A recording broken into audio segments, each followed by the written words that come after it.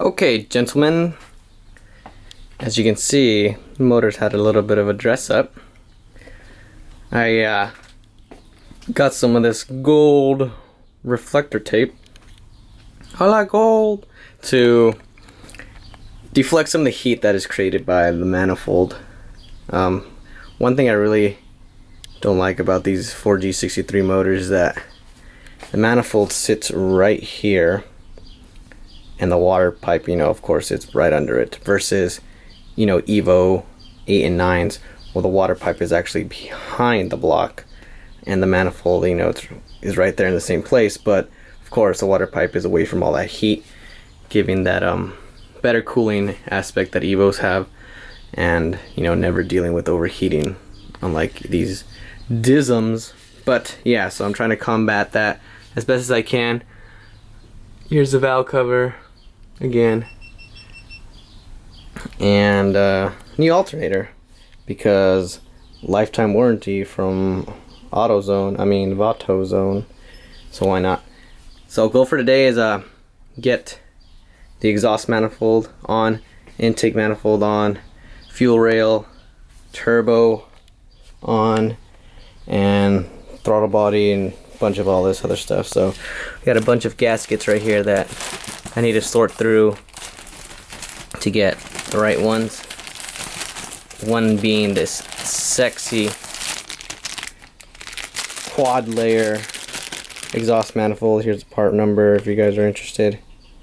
These are by far one of the best exhaust manifold gaskets you can get. Oh, here it is again, because they have 4 layers versus the 2 layer that came in this kit. So recommend those over that. These are, when you look up this part number, it's going to be for Evo application, but they fit these DSM blocks as well. So, and of course, here's the manifold.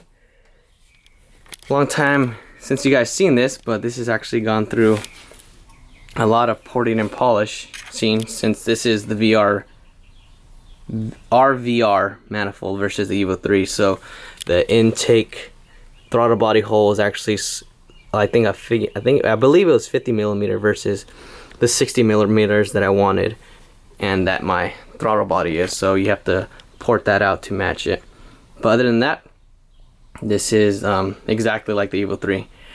And like I said, this has been through the works. Actually, let me show you something first. So this is why people run these over the stock 2G intake manifold, because look how short the runners are on this one versus the stock 2G. You can see they are considerably shorter, which is going to give better mid-range and a little bit more top end than this one would normally. So better spool up, better mid-range, all for super cheap, because you can get these online for like 150 bucks instead of spending like 800 for one of those sheet metal ones. And of course, I live in California, so trying to keep everything stealthish. So that's that. Let's go ahead and look inside the port work.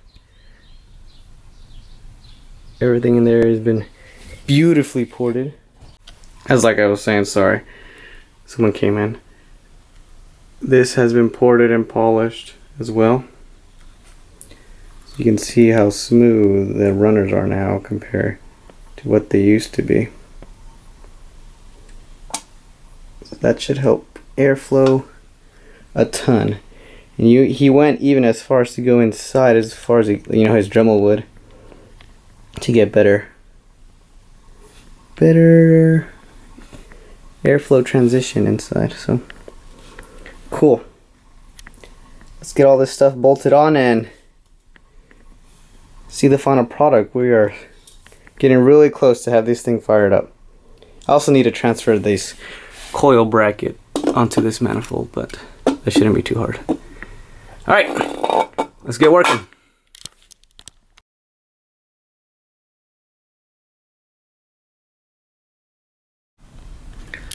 Alright guys, motor is, I would say, 80% complete now.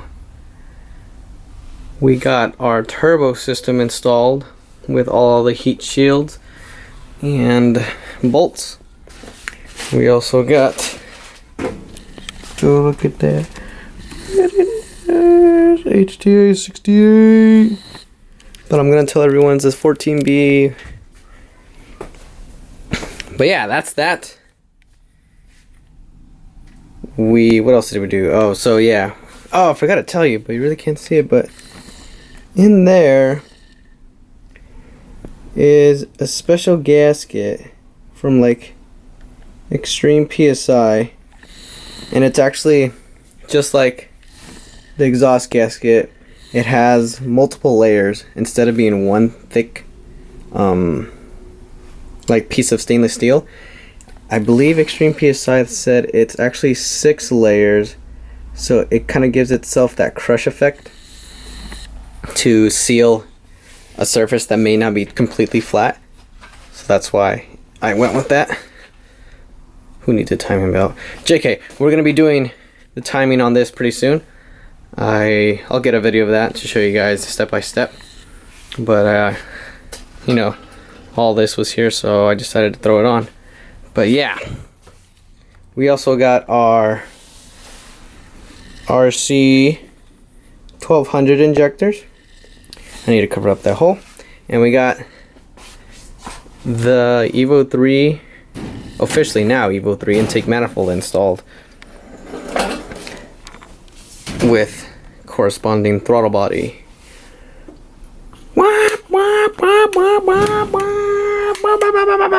So yeah, that's that.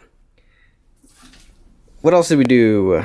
Oh, we switched the coil pack from my car.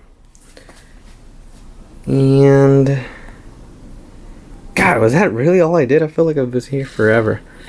But yeah, that's that. So next video you should see the timing belt being done. Everything else is just pretty much there now.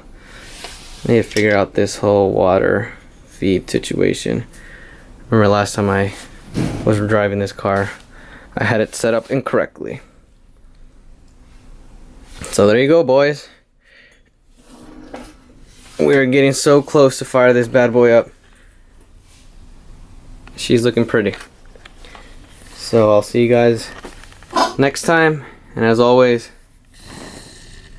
keep boosting.